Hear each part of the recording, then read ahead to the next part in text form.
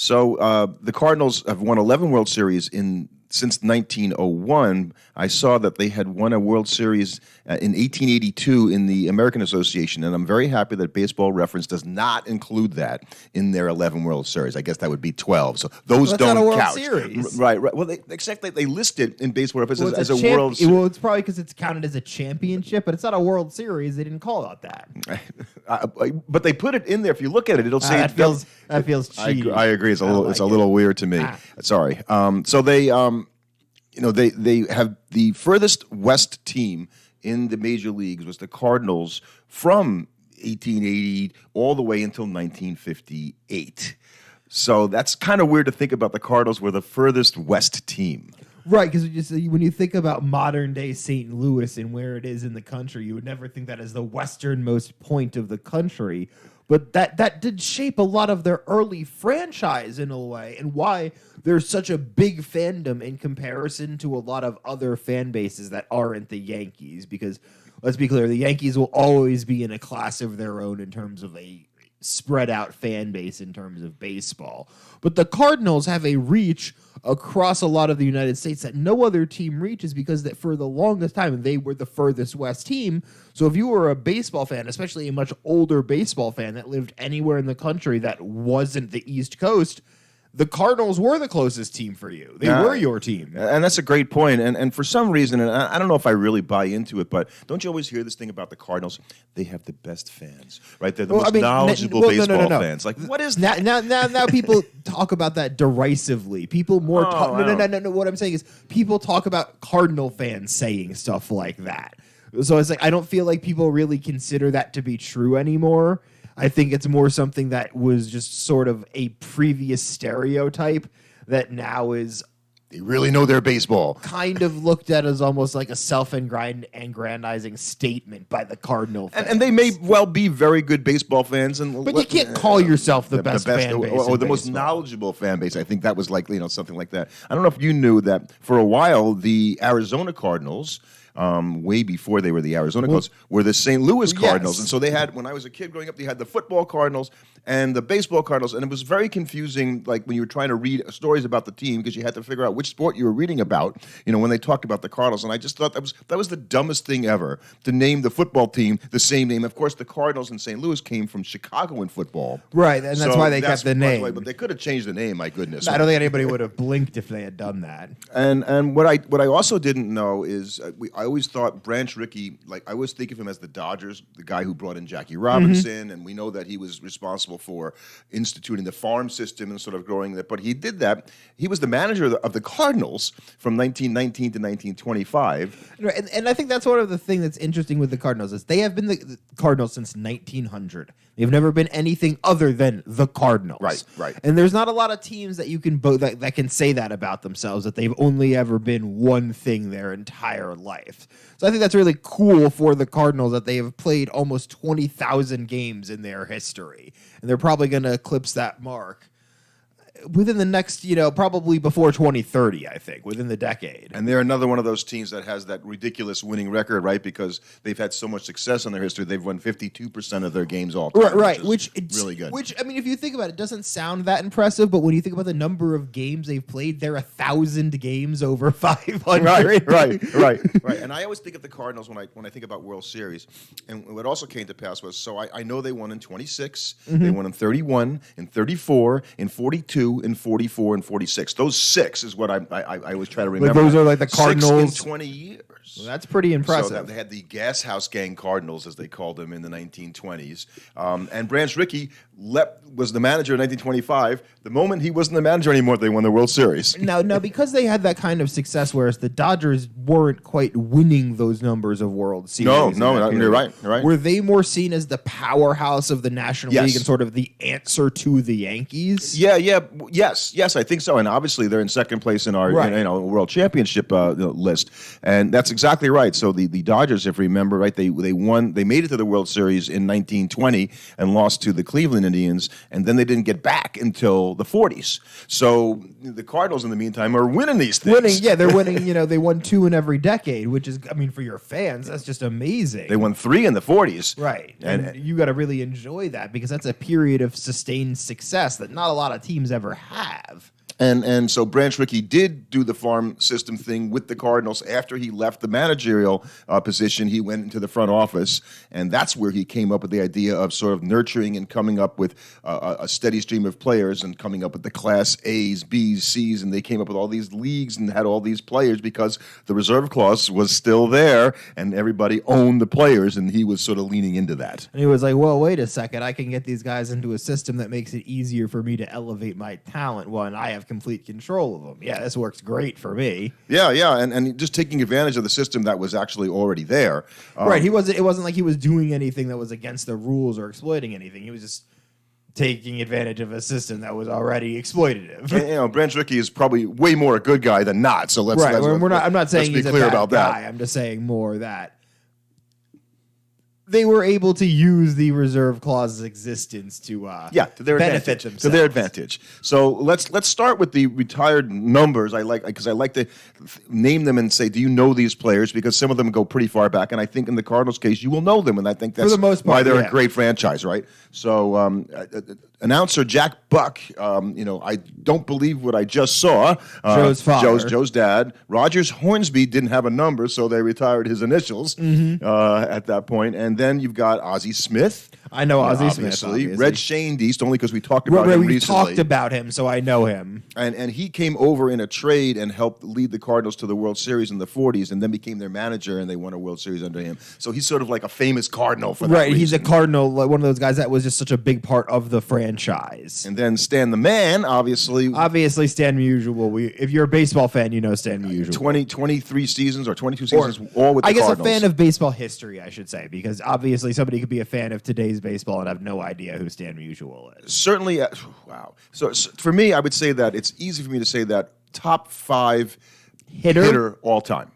All time. I mean, if you look at his career stats, it certainly puts him up there. There are very few people that have the career success that he did. We just did that comparison. We were coming up with other guys. All of a sudden, you stick Musial in there with DiMaggio and Williams, and he doesn't look bad at all. The guy had a career 159 OPS. Career. 128 WAR. Yeah. It's pretty good. Enos Slaughter. So what do I know about Enos Slaughter? You've ever heard of that name? Maybe you I've have, heard because it's a the weird name. The steal of home, I think, in the 1926 World Series is his claim to fame. I'm pretty sure it was 1926. He was an outfielder, good hitter, but not like a power guy. Hall of Famer. But he wasn't like a guy that stole a ton of bases. No, right? but this was a moment in time, obviously. They retired Tony La Russa's number as manager. He is got the best winning percentage of any St. Louis manager. Ken Boyer. So, and they retired his number. That says a lot about how they feel about him. And so Ken Boyer. So when I was a kid, Ken Boyer won the MVP in 1964. I was not aware of this, but I was aware that the Mets traded for him. I think he was my first favorite player for the Mets because I was like 6 or 7. Ken Boyer was? Ken Boyer was, right? And so I was just like, love this player. He was not good for the Mets. Just not good at all. And so you had to just watch your childhood hero. Yeah, going, well, and that was my first disappointment as a Met fan. The team isn't any good, and my favorite player isn't either. And then they got rid of him by 67. We'll talk more about him in a few minutes. Dizzy Dean, just one of the great characters who we of all talked time. about recently. Right, and a Hall of Famer. And looking at his career, which was fairly short, it's interesting how some guys back then managed to get by the having too short a career, and Dizzy Dean is one of those guys because he was injured more than anything else. I think it's that for a guy that he has that period of 4 years in a short career where he was just so good that, and especially because he was pitching at a time where there wasn't a separate award for pitchers, the fact that he won an MVP and finished second twice speaks to how good of a pitcher he was. I mean, he threw almost 30 complete games in 2 different seasons. And he and his brother pitched. Paul Dean pitched for the Cardinals, and there was a time where Dizzy Dean went out in the game 1 of a doubleheader and pitched a 3-hitter, and then Paul pitched the second game of the doubleheader and threw a no-hitter. And Dizzy Dean, in his inimitable fashion, says, "If I'd have known Paul was going to throw a no-hitter, I'd have thrown one too." I mean, he also had a career. What was his 1.2 WHIP as a starter? Right, but the career's short, right? When you look at it, going the amount of years, and I thought only Sandy Koufax got away with being short and excellent and getting in the Hall of Fame. And he also struck out a ton of guys at a time when guys didn't strike out people nearly at the clip that they strike them out today. He was striking out 5-6 guys per 9 back then when people didn't strike out that much. And when we get to the all-time, Cardinals, by position, and we'll talk about that, all the pitchers and all kinds. What I saw was interesting. Jack Flaherty has 2 of the all-time Cardinal records, which is strikeouts per 9 innings and lowest hits per 9 innings, because it indicates the game is different today than it was when those guys pitched. And if I would think about great Cardinal pitchers, having looked at it, the one thing that I would say that I would even just thinking about them in the historical sense is there have been guys that have been short periods of incredible success. I can't think of a lot of guys that had these long, illustrious pitching careers. Besides Bob Gibson. But there's guys that had unbelievable peaks, but they were never 10-plus year career dominant starting pitchers. I think that's true as long as you say besides Bob Gibson. Right. And then Lou Brock, his number is retired, and Lou Brock came over in one of the most famous bad trades by the Cubs in Major League history, because he became a Hall of Famer. There's another guy who, he's got the 938 stolen bases in his career and all that, and then he hit 290, and he was the reason he's in the Hall of Fame, in my opinion, because if you look at the rest of his career, it's not amazing. It's not amazing. The guy was a terror in the World Series. And that almost, I think, pushed him over the top. Certainly it's going to push you over the top in terms of getting your number retired. Right, by the Cardinals. But he made the Hall of Fame to boot. And another guy who, just got in the Hall of Fame a couple years ago, Ted Simmons, didn't play his, whole career with him because he played a lot of years with Milwaukee, and also had those kind of statistics that you're like, man, I think he's a Hall of Famer, but there are a lot of people that made him wait. Obviously, he had to wait until a Veterans Committee put him in, to make the Hall of Fame. The White Rat, Whitey Herzog. That's a rough name. That's a rough name. Well, he had really white hair when he was young, and his name was Whitey, so they just kind of went with it. They just kind of rolled with it. And he was in the Met organization, of course, and in the minor league system, and the Mets said, "Nah, we don't want this guy." And they let him go to Kansas City, and then he went to St. Louis and was a Hall of Fame manager, basically. Closer Bruce Suter's numbers retired. I think it's just because he didn't play that much for them. No, he didn't, and he kind of moved around. He pitched for the Cubs for a long time. Mostly the Cubs and the Cardinals, and he pitched a couple years for Atlanta. But he was only a pro for 12 seasons. And I think he was there when they won a World Series.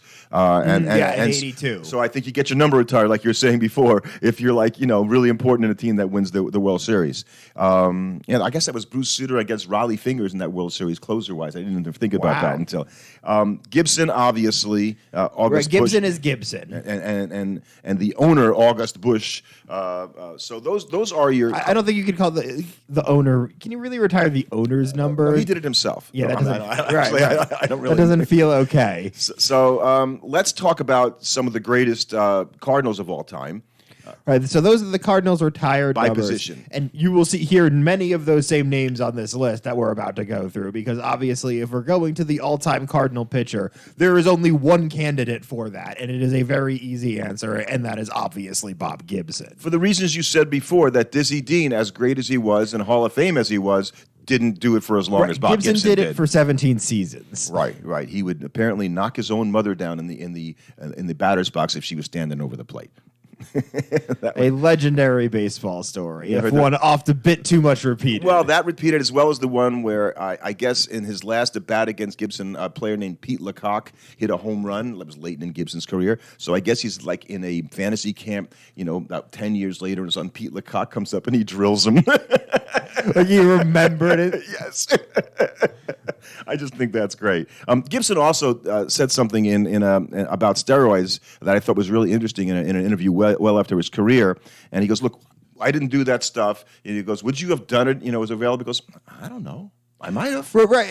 And obviously Gibson didn't have access to the steroids and stuff, but there were lots of guys back then doing stuff that was not exactly, over the counter. Yeah, taking so the greenies right. and the amphetamines and things of that nature. We seem to sort of say that was okay. When you took steroids, that was cheating compared to that. So I still have a difficulty drawing the line as to where it mattered. And we're not saying Gibson did any of it. No. He himself said he didn't. He was more saying. But the fact that he said, "I don't know," I might have, just tells you how players think. How difficult it was. You want to stay at the top, and if you had a way to get an edge, you'd consider it. Only the noble players don't do it. Jesse Haynes, because he's a Hall of Famer, and I looked at his career, and he was good before the Cardinals got to the first World Series in '26 and pitched well. He won an MVP for another team. No, for the Cardinals. For the Cardinals. The Cardinals weren't winning anything at that point and then by the time they got to be the winners, he was on the downside of his career. So another guy. So he was sort of the guy that was the first initial really good player for them. Right, the first pitcher, and I'm not sure why he's in the Hall of Fame. A great pitcher, but I think you could question that. And I wanted to ask you about another guy who just retired after 18 years with the Cardinals. His number will be retired by the Cardinals. I think Adam Wainwright will definitely. Same with Yadier Molina. Yeah, but will Wainwright make the Hall of Fame? I don't think so. Yeah, I don't think so either. I think Molina has the much better chance between the two of them. Obviously, Pujols will be a Hall of Famer. I agree. I think that doesn't even need to be discussed. He's so clearly one that he will be one. But I think Yadier, with Mauer being a first ballot guy, it's hard for me to believe Yadier won't get in, especially because he seems a guy that's particularly liked by baseball people. Like, he seems like a trendy type of player to get in. So I would believe pretty strongly in him. I think Wainwright's the victim of there are more guys playing baseball than ever professionally. You've got so many more teams nowadays. So there's so many more guys in the league. So you have to be just so much better than your peers. And you have to be so much better than the guys that came before you to be a Hall of Famer. And I don't think Wainwright was better than his peers or the guys. I was going to say exactly that. That I don't remember a time where Wainwright was the best pitcher in the National League. The best pitcher. To me, Wainwright is one of the best pitchers. Right. His way of being remembered should be that his number is retired by the Cardinals because he's an all-time Cardinal, but I don't think he's a Hall of Famer. I feel the same way. And the Hall of Famer at catcher, who I am sliding in my pick over Molina, is Ted Simmons. Yeah, right. And that's more so just because he's a Hall of Famer. He is a Hall of Famer, and Yadier hasn't gotten a chance yet. And Simmons did play 13 years for the Cardinals, so Simmons it's not like did not get in through the vote. He was elected later on through the Veterans Committee. Right, and because of his all-around play, and he was very good for Milwaukee when he went there. But I guess I hadn't realized that he had played 13 years for St. Louis, so that's why he would get my vote as the St. Louis catcher of all time. And Pujols, you mentioned, he'd be my first baseman. There's not a lot you need to say about Albert Pujols in terms of where he ranks in terms of all-time first baseman. There's very few. He has a career 100 WAR. His first 10 seasons are probably 10 of the most unbelievable seasons you'll ever see a player put together. He won 3 MVPs, including 2 of them back-to-back, and he turned himself into a Gold Glove fielder. Poor Keith Hernandez. He just never gets a break, right? Right. He could have been the St. Louis Cardinals all-time first. No, there's Albert Pujols. Sorry. Albert Pujols in 2008. What do you think his OPS plus was for the season? Oh, had to be 200. 192. Yeah. I'm not surprised. He had 357 that year. And I call out to Jim Bottomley, who you probably don't know. Not you may really. have heard the name. Played 11 years for St. Louis, was an excellent first baseman, but certainly isn't in the class of Albert Pujols. And a guy I really like, Johnny Mize. And Bottomley had 10 years in a 130 career ops, so plus that's pretty good. Mm-hmm. No, Keith had that. I'm sorry. Keith had 10 years. Plus of 130, which surprised me that his was that high. Johnny Mize had a 171 ops plus for the Cardinals, only in 6 seasons, which is why he doesn't sort of give Pujols a run for his money, even though he's a Hall of Famer. But Mize put together almost 40 WAR in those seasons, which is pretty impressive. Yeah. Just probably an underrated player, I think, overall by baseball fans, even because of the other guys that were playing at the time that he was. He kind of got lost in the Ted Williams shuffle and the DiMaggio and all these other guys that were, names, household names, and more than Johnny Mize. I think the interesting thing about Bottomley is he's not in the top 24 of Cardinals all-time WAR.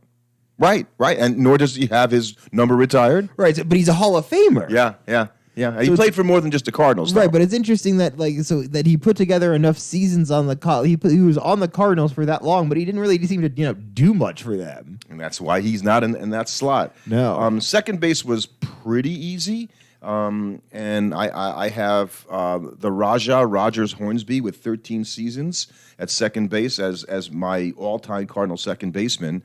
Oddly enough, the guy who was second to, in my book, Frankie Frisch, with 11 seasons, they were traded for one another. Yes, and so Frankie Frisch had an unbelievable career for the Cardinals too, and then he went to the Giants, where Hornsby came from. And honestly, when you look at that, what's interesting is that he got traded to the Giants, but then he would still go on to be good for the Cubs, and the Cubs a couple seasons later, where he set that single season RBI record with 149, right? Did Hornsby? Yeah. Yeah, well, I don't know if is that the National League record? I thought he had the record. I'm trying to think. Off the top of my head, I don't know. It seems to me that somebody must have had more than 150 RBIs in the National League. It was certainly known in the American League. Well, Hack Wilson had 190. Oh, it was Hack Wilson. You're right. 190. And Red Schoendienst again played 11 years for St. Louis, so he gets a mention there, but certainly not anywhere in the class of Hornsby and even Frisch for that matter, if you're asking me. Right. Shortstop was the easiest one. Right, because Ozzie Smith kind of makes it hard for, if you had a shortstop that was better than Ozzie Smith, I don't really know how many guys you would even qualify to reach that level. Right. Certainly because you would have to be such an amazing offensive player while being a still absolutely stellar defensive player to match his wizardry at the defensive position. And what were the Padres thinking? Right, so they trade Gary Templeton. They trade Ozzie Smith to the Cardinals for Gary Templeton, whose famous line Gary Templeton was he didn't get selected to the All-Star game as a starter, so his quip was, "I'm not going. If I ain't starting, I ain't departing."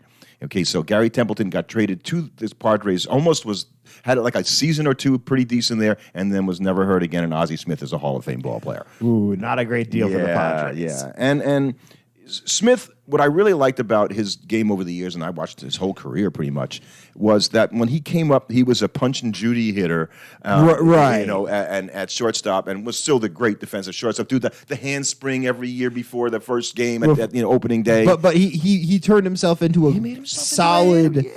Where he was at least in at bat, he would give you a good at bat every time. Had a big playoff home run against Tom Niedenfuhrer of the Dodgers. I remember Ozzie Smith hit a home run, because he hit I can't imagine if he hit 20, 15 in his career, right? Something like that. I'm not looking at his page. The only other name I could come up with. Ooh. Yeah, the only name is Marty Marion. And I remember guys told, right, you've never even heard of him. And so why is Marty Marion so well thought? He won an MVP. Really? But he won it during the war in 1944, and he won that MVP with an ops plus of 90. I think that says more about That's unbelievable, by the way. But he was the star shortstop who played all the games on the 42, 44, and 46 champs. And I think then when you play for 3 World Series, do you like Buster Posey? Right, you're going to kind of end up getting one. You're going to get the recognition one year. You're an all-time player. Yeah. You'll be a franchise heartthrob because they won World Series. You were the guy at shortstop in one of the most important positions. Even if maybe you weren't actually that good. Well, certainly statistically, he doesn't stack up that way, and he is not a Hall of Famer. Third baseman, that's the one you were talking about before, that there are no Hall of Famers. It's the only position where they don't have a guy. And there's Roland Count. He played 6 years. He is a Hall of Famer, but who's he going to? I think it's going to depend on who he goes in as. Well, he went in. He went in as a Cardinal. Then I think you kind of have to put him there, right? Yeah, I put Ken Boyer over him. Only because he played 13 years. Right, there. He played there so much. Well, Roland only played 6 seasons for the Cardinals, which I think it'd be interesting to hear what a Cardinal has to say. Right, but I think it was like one of those things where he was so good for them and he was so important to those teams that won World Series while he was there. I think you also have to value that. Right, so let's go to the outfield. It's a pretty good outfield. Yeah, that's well. Obviously, you have Stan Musial, right? So, and the thing I got like Stan Musial, 22 seasons, 24-time All-Star. Wait, how did that happen? All-Star manager twice? No. So remember we did the whole thing about the 2 All-Star games from 1959 to 1962? But those shouldn't count as 2 separate All-Star. They do. They were different games. They played. But he wasn't elected 2 different times. That's true. He wasn't I guess not. I don't think they had separate elections. Right, exactly. Right. That's a good point. Anyway, there's a few guys, Aaron and Mays and all that, who have more All-Star game appearances than they do career years, which is kind of interesting. He was amazing, and I loved Jim Edmonds, and I just have to This is a podcast that we host. I have to mention Jim Edmonds' name because He played 8 seasons for them. He's in the Hall of Fame. He's not. He's not. I thought he just got elected. He's not. No, he's not. He has a career 143 OPS. I know, and he was a defensive wizard out there. So I just that is an injustice. He's one of the guys of our 36 guys that should be in the Hall of Fame. I guess because we talk about him like he's in the Hall of Fame. He's in our Hall of Fame, that's for sure. Enos Slaughter in the Hall of Fame, 13 years for the Cardinals, and only easy because really. If you're looking at that position, Joe Medwick would be a guy who could have been in that. He had 11 seasons with a 142 ops plus. Joe, don't call me Ducky, Medwick. And the other one is Lou Brock, obviously with 19 seasons. And all those guys are all Hall of Famers. Curt Flood is 10th in career WAR for the Cardinals, which I didn't realize that it was that. Wow, he did that much. That good, yeah. 12 years for the Cardinals. That's pretty good. So, but he is not in the Hall of Fame. I hope he'll get in there, maybe as a Rule B candidate at some point. We talked about that with Cooperstown Dave on the podcast earlier this year. And then closer, boy, they are spoiled for choice. I guess. I mean. Well, the problem. How many teams can boast that they have 2 different Hall of Fame closers on their roster? But they only pitched 4 years for the Cardinals, Lee Smith and Bruce Sutter. True. So so I actually threw Jason Isringhausen in because he there. was just there for longer. He pitched 7 seasons, which isn't really even that great either. So it's I guess and I remember closers like Todd Worrell back in the 80s. It's a bit of the defensive, the dark arts position at Hogwarts. Yeah, you could never actually solve the closer position for the Cardinals. Right. I just that they just don't have it. Some teams have closers that come through, all the time, and the Cardinals obviously didn't. So, and manager wise, I picked Tony La Russa because of he's got 3 pennants and 2 World Series wins. He 16 seasons as manager. He's the most winningest manager there with a 54% career win percentage. He won almost 1,500 games. Didn't we pick him as the manager of the A's too last week when we did the A's deep dive? I think so. I mean, he is Connie Mack. We picked Connie Mack, right. But Tony La Russa will be a Hall of Fame manager. He is. And he is. Luckily for everyone, the White Sox experiment of his end of his career will merely be an amusing footnote instead of a ongoing stage. I'm not sure anybody was really amused, actually. But by the time we get around to that point, it'll be amusing. So, Cardinal no-hitters, they have 10, which is middle of the road, I guess, right? I get it's not like the teams can really control how many no-hitters. Only one guy has 2. Bob Forsch, I have no idea who that is. Whose brother Ken also pitched in the major leagues.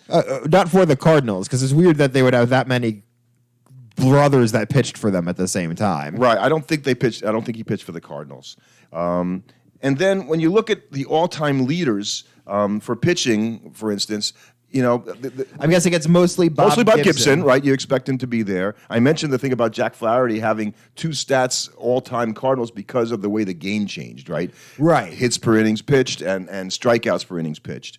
He's got the fewest hits per inning pitched and the most strikeouts per innings pitched. And just looking around at other guys, there just aren't a lot of other guys. Jesse Haynes gets in there, but not for things you'd want to, be in there for. Right? Like the most hits given up. Most hits given up, the most earned runs given up, and this is a Hall of Fame pitcher. So I go back to I'm not really sure what he did, but sometimes being a team great was enough to get you in the Hall of Fame back then. When that was the Cardinals guy, he gets to go in because he was the Cardinals guy. And Haynes was there when they won that first World Series, so he was the reason, and so he goes to the Hall of Fame. Right. No, I don't know actually. I'm not really sure why. Anyway, everything else is Bob Gibson. Right. So on the hitting side, you would probably say the same Lots thing about Pujols. But Stan Musial. Stan Musial and Pujols. That's a great question. So let me see.